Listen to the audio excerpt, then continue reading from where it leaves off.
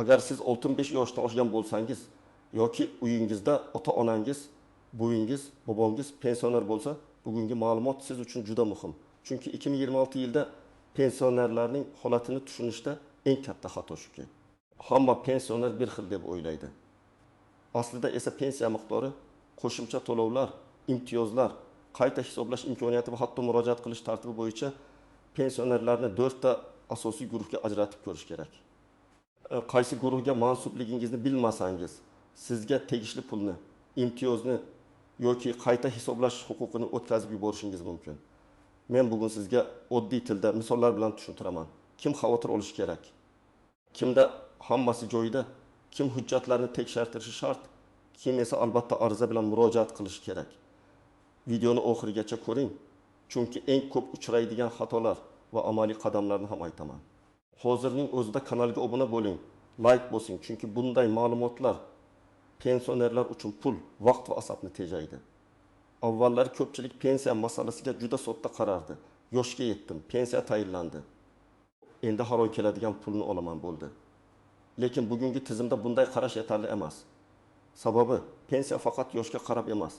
Mehnat staji, ish haqi tarixi, hujjatlarning to'liqligi, nogironlik holati, boquvchisini yo'qotganlik, yolg'iz yashash, ishlashda davom etish, qo'shimcha ustamalar va ijtimoiy yordamlar bilan bog'liq bo'lib qolgan. 2026 yilga kelib pensionerlar uchun eng muhim masala shuki, siz faqat pensiyadaman deb turmasligingiz kerak. Siz o'zingizni qaysi guruhga kirishingizni aniqlashingiz kerak. Chunki bir guruh pensionerlar faqat indeksatsiya, ya'ni pensiya oshirilishini kutadi. Ikkinchi guruh esa pensiyasini qayta hisoblatishi mumkin. Uchinchi guruh ijtimoiy yordam yoki qo'shimcha imtiyozga da'vogar bo'lishi mumkin. To'rtinchi guruh esa xavfli zonada bo'ladi. Hujjatlarda kamchilik bor. Staji to'liq kiritilmagan, ish haqi noto'g'ri olingan yoki ular o'z huquqini bilmagani uchun kam pul olayotgan bo'lishi mumkin. Men hozir sizga 4 ta guruhni tushuntiraman. Har bir guruhni eshitganingizda o'zingizga savol bering. Mening vaziyatim shunga o'xshaydimi? Agar o'xshasa, demak siz uchun amaliy qadamlar bor. Birinchi guruhga pensiyasi allaqachon to'g'ri hisoblangan, mehnat staji to'liq kiritilgan, ish haqi ma'lumotlari aniq bo'lgan va hozircha qo'shimcha da'vo qilishga asos topilmaydigan pensionerlar kiradi. Bu guruhdagi odamlar odatda har oy pensiyasini oladi. Oshirish bo'lsa avtomatik oshiriladi. Alohida yugur qilmaydi. Masalan, 57 yoshli Akmal aka 35 yil rasmiy ishlagan. Mehnat daftarchasidagi yozuvlar aniq, korxonalar nomi tushunarli, ishga kirgan va chiqqan sanalar to'g'ri. Pensiya tayinlanganda u ish haqi bo'yicha kerakli davr ma'lumotlarini taqdim etgan. Pensiya jamg'armasi stajini ham, oylikni ham hisobga olgan. Bunday odamning asosiy vazifasi har oy kelayotgan pulni kuzatish. Oshirishlar to'g'ri qo'llanayotganini tekshirish va shaxsiy ma'lumotlar o'zgarsa xabar berishdir. Lekin men shuni alohida aytaman. Hujjatlarim to'liq degan gapni faqat taxmin bilan aytish noto'g'ri. Ko'p odam men 7 yil ishlaganman deydi. Lekin pensiya hujjati 2 yil kiritilgan bo'lib chiqadi. Nega?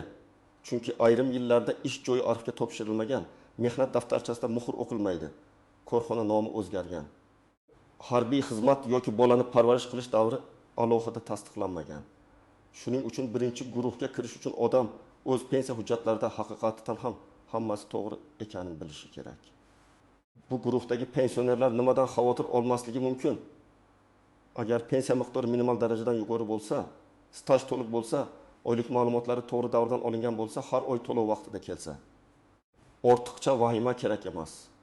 Lekin yilda kamida bir marta o'z pensiya ma'lumotlarini tekshirtirib qo'yish foydali.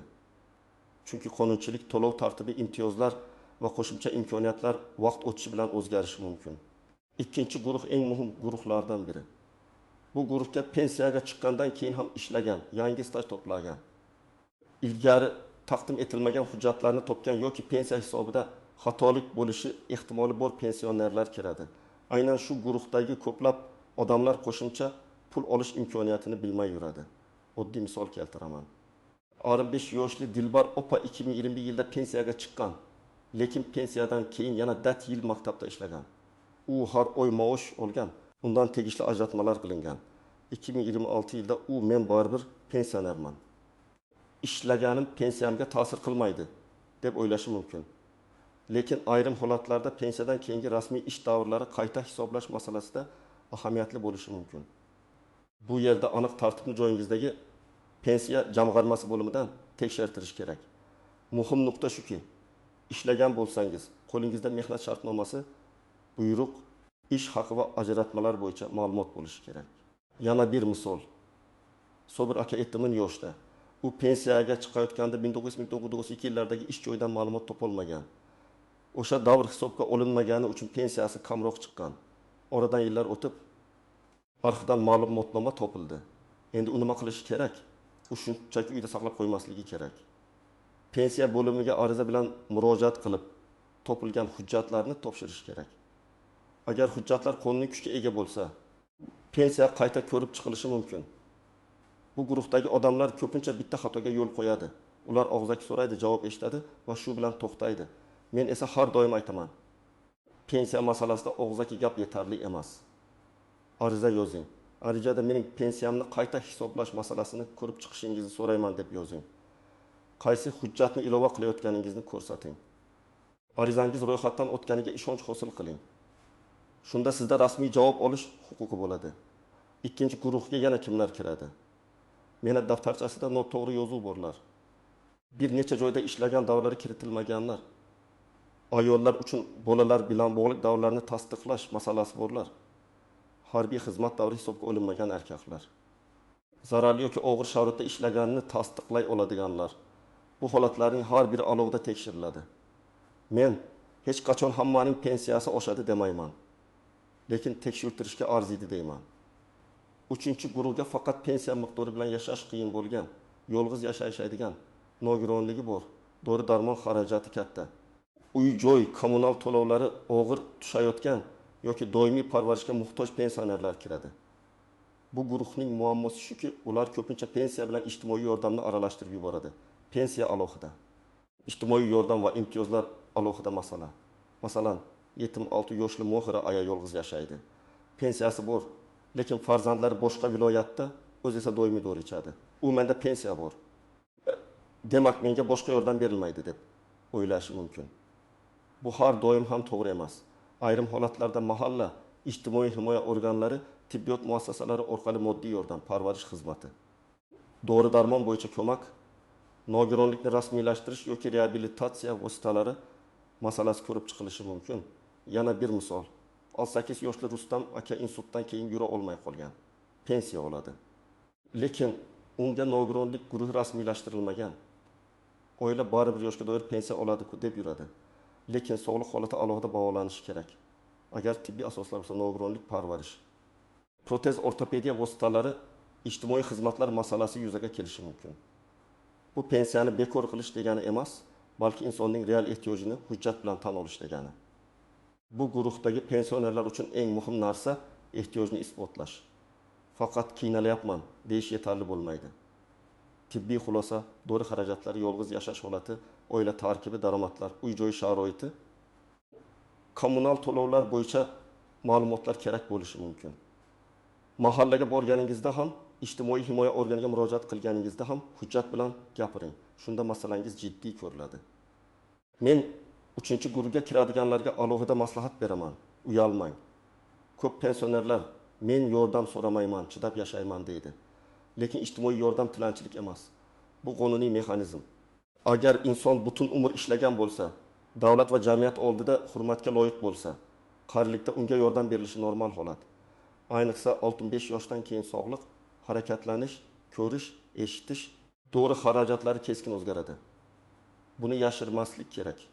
4-guruh eng ehtiyot bo'lish kerak bo'lgan guruh. Bu guruhga pensiyasi juda kam chiqqan, nima uchun kamligini bilmaydigan, staji to'liq hisobga olinmagan, ish haqi ma'lumotlari yo'qolgan, hujjatlarda farqlar bor yoki pensiya tayinlashida xatolik bo'lishi mumkin bo'lgan odamlar kiradi. Men amaliyotda eng ko'p shu holatlarni ko'raman. Masalan, odam pasportida ismi Gulnora deb yozilgan. Mehnat daftarchasida esa eski yozuvda Gulnara bo'lib qolgan. Yoki familiya turmushga chiqqandan keyin o'zgargan, lekin nikoh guvohnomasi hujjatlarga qo'shilmagan. Natijada ayrim ish davrlari shaxsga tegishli ekanini tasdiqlash qiyinlashadi. Bunday kichkina ko'ringan farq pensiya hisobida katta muammo tug'dirishi mumkin. yana bir holat, korxona tugatilgan arxiv ma'lumotlari topilmayapti. Odam esa men u yerda 12 yil ishlaganman deydi. Bu gapni sobiq hamkasblar bilishi mumkin, lekin pensiya hisobida hujjat kerak. Bunday paytda arxiv. Yuqori tashkilot, hokimlik arxivi, tarmoq arxivi, sud orqali faktni tasdiqlash kabi yo'llar bo'lishi mumkin. Har bir holat alohida o'rganiladi. Muhimi qo'l siltab qo'ymaslik. 4-guruhdagi pensionerlarning yana bir xatosi. Ular pensiya miqdorini boshqalar bilan solishtirib xafa bo'ladi, lekin sababni tekshirtirmaydi. Masalan, ikki qo'shni bir xil yoshda. Biri 3 million so'm oladi, ikkinchisi 20 million 800 ming so'm oladi. Ikkinchisi menga adolatsizlik qilishdi deydi. Balki rostdan xato bordir. Lekin balki birinchisining staji ko'proq, ish haqi balandroq, imtiyozli davri bor, qo'shimcha ustamasi bor. Shuning uchun solishtirish emas, hisob kitob asosini ko'rish kerak. Agar siz pensiyangiz nima asosda hisoblanganini tushunmasangiz, siz xavfli zonadasiz. Pensioni o'z pensiyasining kamida 3 ta narsasini bilish kerak. Necha yil staj hisobga olingan, qaysi ish haqi davri olingan, qanday ustama yoki chegirmalar qo'llangan. Agar bu savollarga javob yo'q bo'lsa, demak, tekshirtirish kerak. Endi eng muhim nozik jihatlarga o'tamiz. Birinchi nozik jihat. Pensiya oshirilishi bilan pensiyani qayta hisoblash bir xil narsa emas. Davlat tomonidan pensiyalar oshirilsa, bu odatda umumiy tartibda qo'llanadi. Lekin qayta hisoblash sizning shaxsiy hujjatlaringizga bog'liq. Ya'ni hamma pensionerga bir xil foizda oshirish bo'lishi mumkin, lekin sizning qo'shimcha stajingiz topilsa, bu alohida masala. Ikkinchi nozik jihat. Ishlashda davom etayotgan pensioner har doim ham avtomatik ravishda ko'proq pensiya oladi deb o'ylamasligi kerak. Rasmiy ish, ajratmalar, davr, qonunchilikdagi tartib, qayta hisoblash shartlari muhim. Shuning uchun qo'shnim ishladi, pensiyasi oshdi, meniki ham oshadi degan xulosa to'g'ri emas. Sizning holatingiz alohida tekshiriladi. Uchinchi nozik jihat, hujjatdagi bitta harf ham ahamiyatli bo'lishi mumkin. Ism, familiya, otasining ismi, tug'ilgan sana, pasport ma'lumotlari, korxona nomi, buyruq raqami, sana bularning hammasi muhim. Ayniqsa Sovet davrida ishlaganlar, boshqa respublikalarda mehnat qilganlar, korxonasi yopilganlar, mehnat daftarchasi yo'qolganlar ehtiyot bo'lishi kerak. 4-nozik jihat. Og'zaki maslahatni rasmiy qaror bilan adashtirmang. Siz deraza oldida sizga bo'lmaydi degan javob eshitishingiz mumkin. Lekin bu hali rasmiy rad javobi emas. Agar masala jiddiy bo'lsa, yozma arza bering va yozma javob oling. Yozma javob bo'lsa, keyin yuqori tashkilotga huquqiy maslahatga yoki zarur bo'lsa sudga murojaat qilish imkoniyati paydo bo'ladi. 5-nozik jihat. Pensionerning oilaviy holati ham ayrim ijtimoiy yordam turlarida ahamiyatli bo'lishi mumkin. Farzandlari bor yo'qligi, birga yashaydiganlar, daromad manbalari, nogironlik, yolg'izlik, parvarishga muhtojlik, bular faqat gap emas, hujjat bilan tasdiqlanadigan holatlar.